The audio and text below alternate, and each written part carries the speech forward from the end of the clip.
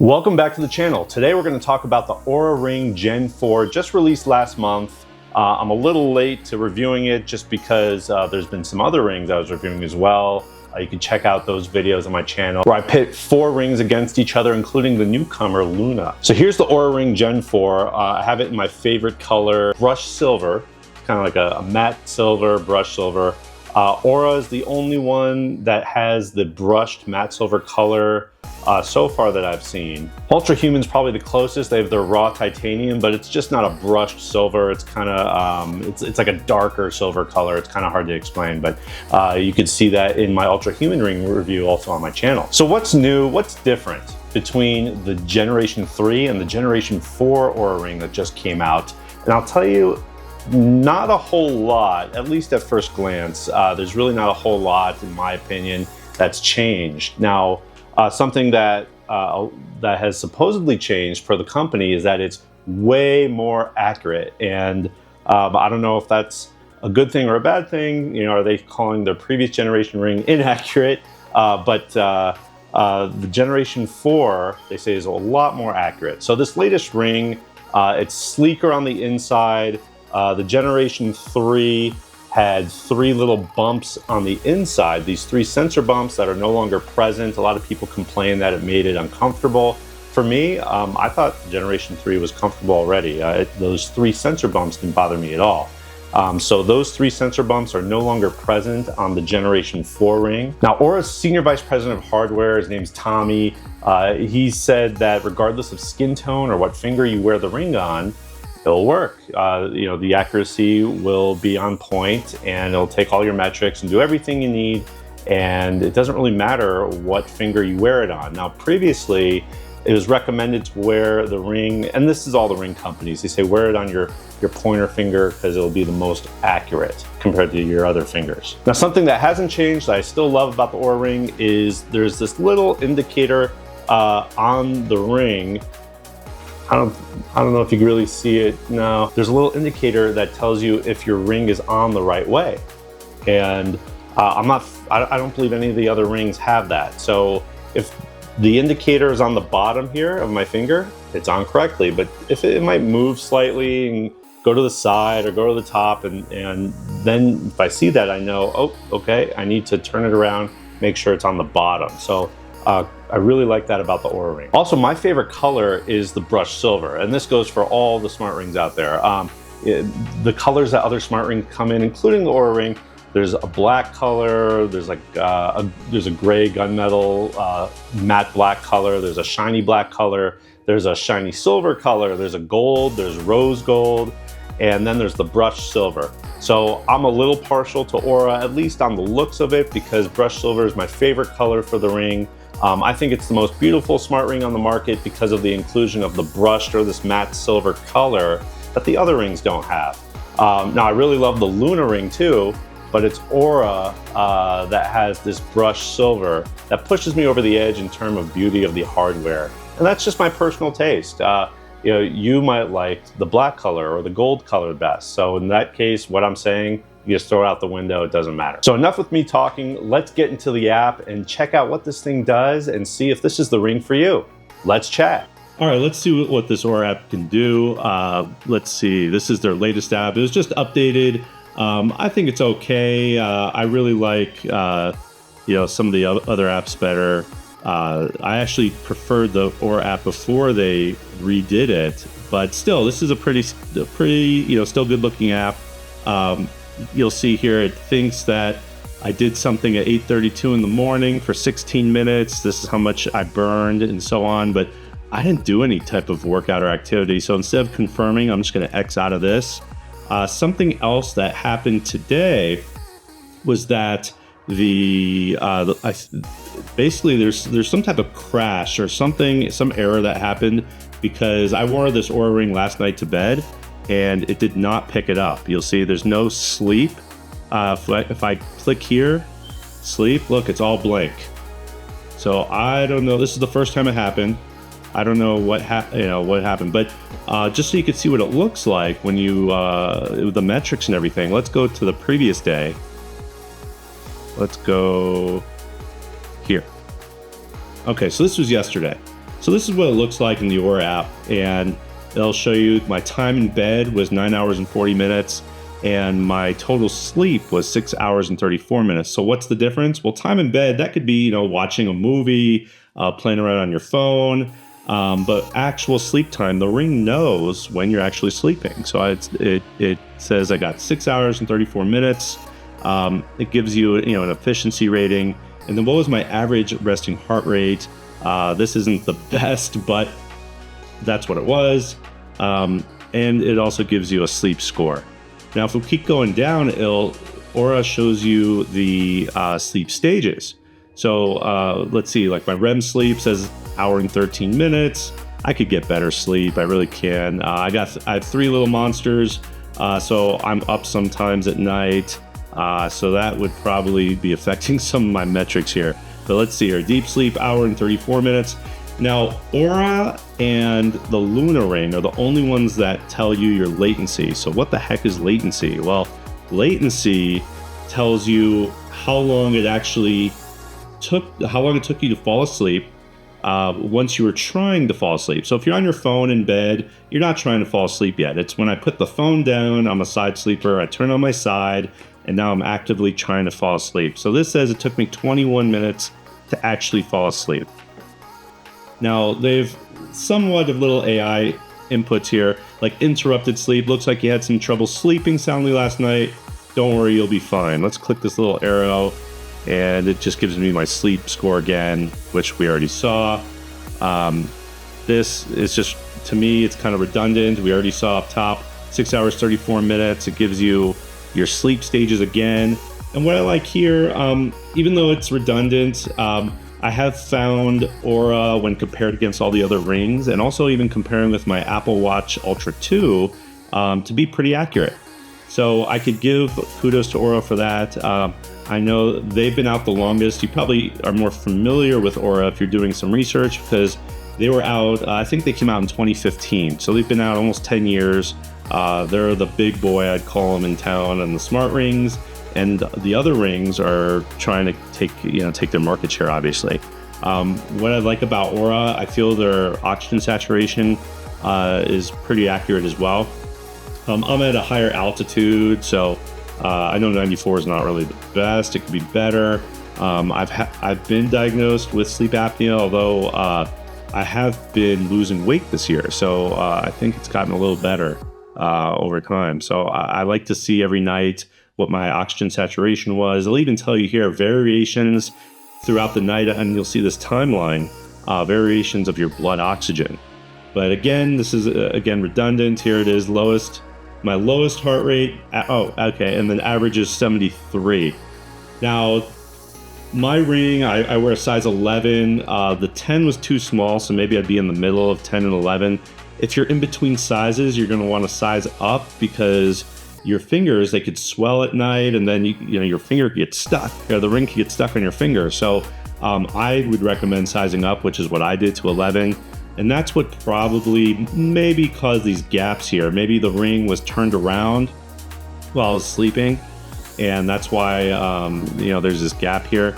Now here's my average HRV as well. It shows you my maximum of 41. Again, there's the gaps. But let's get out of sleep. Go back to the main page, and it'll show you your activities. You could set your goal. So, and that also changes. It's dynamic. So if you're really active and you keep passing 350, it might push you up to 400 right here. So I'm filming this pretty early in the morning. I'm only at 39 right now. The ring does give you stress levels. So here it says I'm stressed right now. I don't necessarily feel that stressed, but I have had a lot of caffeine, so that might be playing into it. But it tells you, I've been in a stress state for 15 minutes so far today, in a restorative state for 15 minutes. So I'm evened out according to the app, even though it says here I'm stressed. So maybe I'm going over that threshold into a more stressed state. And it gives you also a timeline as well. Stressed versus restorative over the past week. So let's see here. So that's stress. Let's keep going down, and it'll tell you your heart rate throughout the day. Now it's pretty much on demand. It'll tell you your heart rate throughout the day. Something I don't like, and this goes for Ultra Human, actually all the other rings as well, all the smart rings on the market, except for RingCon, which I have to give kudos to RingCon.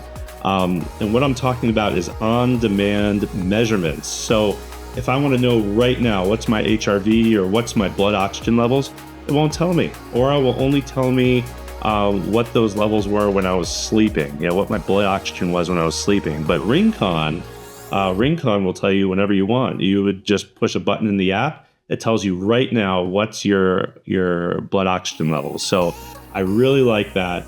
And but for Oura, it doesn't have that. Let's click on more here. Now there's a beta feature. I've barely been using it. I haven't found it that helpful, just in my experience. Log your meals. It's not like MyFitnessPal or what I like is an app called Lose It. And those apps, it'll tell you your macros, your different nutrients, calories. And this doesn't really do it. It just kind of keeps track of your meals. Here, I'll click on it. What's cool is you could take a picture of your food and it'll guess what it is, and it's mostly been right. There's some times where it's completely off, but again, this is in beta, so I can't really dig at it too much. But even though this is in beta, I'm not really using it. But let's go to the next section here, my cardiovascular age. It's saying based on my activity and probably based on my heart rate and HRV especially, my cardiovascular age is not that great. It's 7.5 years older than my actual age, but at the same time, it's saying my cardio capacity is high. If you understand why those would be different, let me know. Comment below. But to me, that's contradictory. I would think that if my cardiovascular age is 7.5 years older than what my real age is, I would think my cardio capacity would be low. But anyway, that's just me, a layman, guessing as to what those mean. Here's this Oura Advisor. This is their take on AI. So you could say, how do I improve my HRV? And let's see what it says.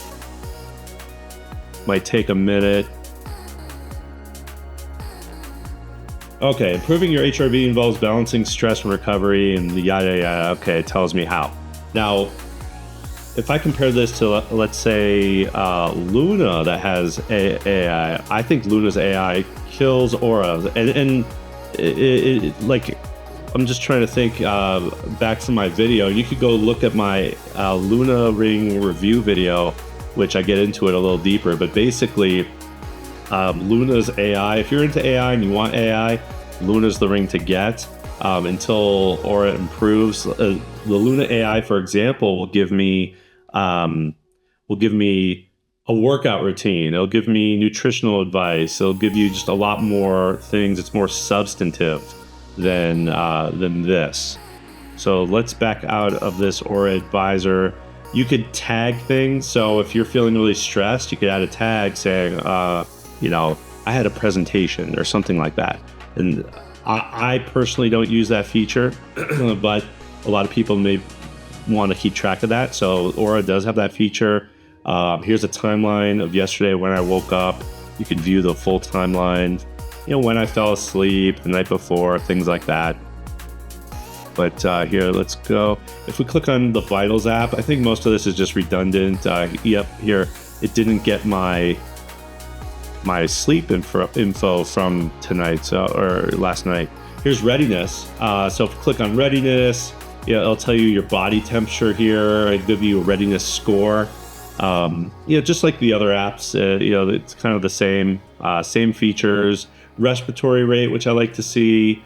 Again, heart rate variability, which was already in the sleep module of the app, and my resting heart rate. So a lot of it is still redundant. Here again is the HRV and the resting heart rate. Let's back out. So this is the Vitals tab. Now let's go to heart health, and let's go to resilience. It'll show you there's different levels. There's limited, adequate, solid, strong, and exceptional. I'm usually in the solid. I bounce around from bottom to top of solid. But I like to see that. It kind of motivates me to, get better sleep. And I guess that's the whole purpose of this ring and app, is to motivate you, and improve sleep. So it does a great job at that. I don't really use the ring for activity tracking, or really any of the rings. I don't find them to be that accurate. I still like to use my Apple Watch Ultra 2, which I find to be more accurate for activity tracking. But let's see here. Some people might not want to wear an Apple Watch, with suits. I don't wear an Apple Watch. I'll wear one of my mechanical, old school watches. But I still get some type of measurements while wearing my ring, which I'll still keep on. So this last tab here, My Health, we keep going down. Again, redundancy, cardiovascular age, which is on the main screen, sleep regularity. Now, chronotype, I think that's the only thing new here in this tab that's not on the main tab. And that will just tell you your chronotype, what type, are you a morning person? And according to this, I am. And it tells you, when my optimal sleep schedule is. And what's nice is I won't show now because I think it's too early in the day, but it'll tell you, the app will tell me what my most efficient time to go to sleep is. So I like that. And again, right up top here, it gives you your vitals, your heart rate and so on. So I like that. If we click here on this circle here, this is where it'll tell you your battery level, and you could check your your firmware version out, make sure you're updated. Here's my Oura Ring 4. It says, my color, my size.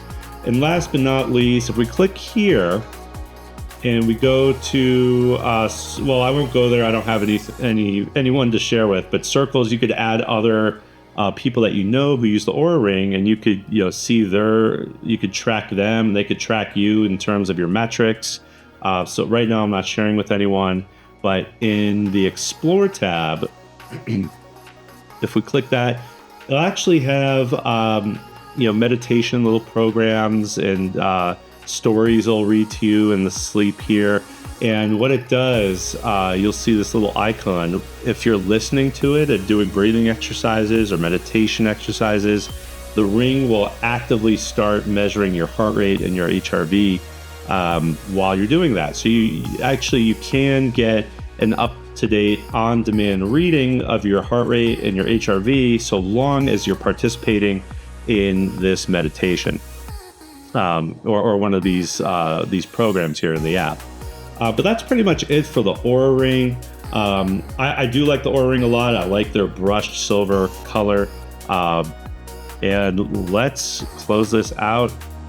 So you saw the Oura app now, and a couple of things I just forgot to mention was, one, nap detection. That's something that I find Oura does best compared to the other rings, is if you take a nap and then at the end of your nap you open up the app, the ring or the app through the app, it'll tell you nap detected, and this is how long you took a nap for, and it then says it then incorporates your nap and the time you slept into the app in the sleep portion. So it gives you points for that, which I always like. I could always use more sleep with my 3 kids. And then something else I wanted to mention was the new charger. Although it's new, it's a new color. To me, it's almost the same. It might look a little different compared to the Gen 3. I was really hoping they had something like this. Now this is the RingCon charger. Look, it's not something you put your ring on or plug in. It's a case. So this is a battery. This case is basically acts as a battery, and you take your ring out, place it in, it starts charging. You put this in your bag, your purse, wherever you want to put it, and you only have to charge this puck, this charging case, rarely, every so often. So I wish Oura had something like that. Oura again just came out with this. You put it on, it charges via USB-C, and that's basically it. So there you have it. There's my take and my review on the Oura Ring 4. Overall, I like the Oura Ring 4. I think I do prefer, I have other preferences. I think right now I'm leaning towards Luna, although Oura does have my favorite color, the brushed silver. So if you have any questions or comments, let me know. I read all my comments, and thanks for watching.